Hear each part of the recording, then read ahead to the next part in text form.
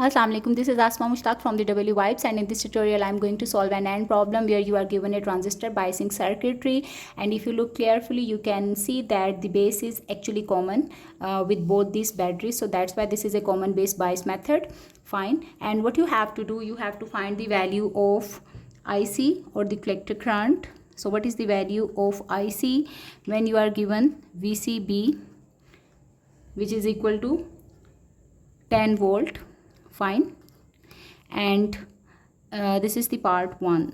Okay, in the part B, what you have to do, you have to find the value of VCB. So VCB is equal to what?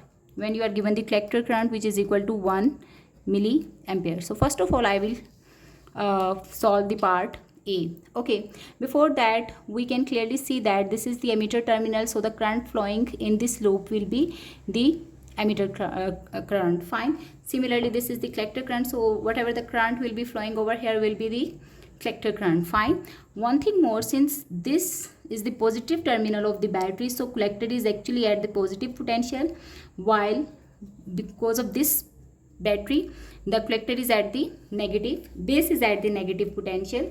Similarly, here you can see here emitter is negative while the base terminal is positive because of the presence of this battery. Fine. So these are the base to emitter voltages, which we call VBE, and usually its value is equal to 0.7 volt in case of the silicon, while in case of germanium it's equal to 0.3 volts. Fine. Similarly, these are the VCB, fine, collector to base voltages, and we will apply the KVL in this loop where IC is flowing. Okay, so by looking at the potential, this is minus VCB, then minus 3.3 kilo ohm IC plus 15 volt is equal to 0. Okay, and from here, since you are given the value of VCB, which is equal to 10 volts in this case, so just substitute the values over here. Fine.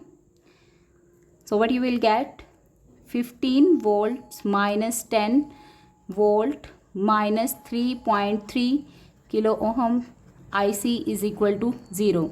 Since I have to find the value of this IC, so I will take this term on the right hand side, and we are left with 5 volt is equal to 3.3 kilo ohms into IC, and on further simplification we can say that IC is equal to 5 volt divided by 3.3 kilo ohms.